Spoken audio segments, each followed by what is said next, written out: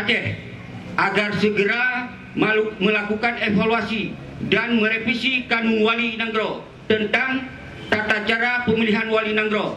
Hal ini dirasakan mendesak karena Wali Nanggro tidak bisa menjalankan tugas dan fungsinya dengan baik untuk mengangkat harkat martabat marwah bangsa Aceh. Selain itu, Wali Nanggro tidak bisa menjadi tokoh panutan untuk bangsa Aceh secara menyeluruh.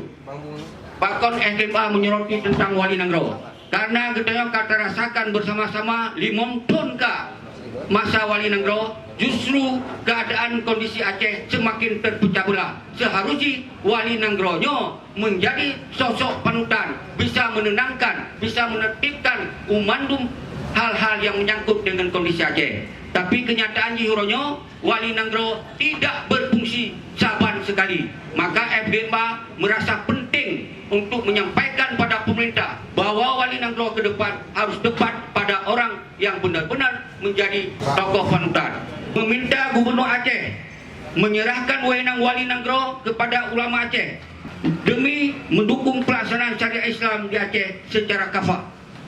Jadi FGMA bersama rakyat Mansigau Aceh meminta Gubernur Aceh, ini masalah Wali Nanggro sebaiknya diserahkan kepada ulama karismatik Aceh, nanti akan dipilih sesuai dengan kriteria yang memang benar menjadi tokoh panutan untuk di Aceh.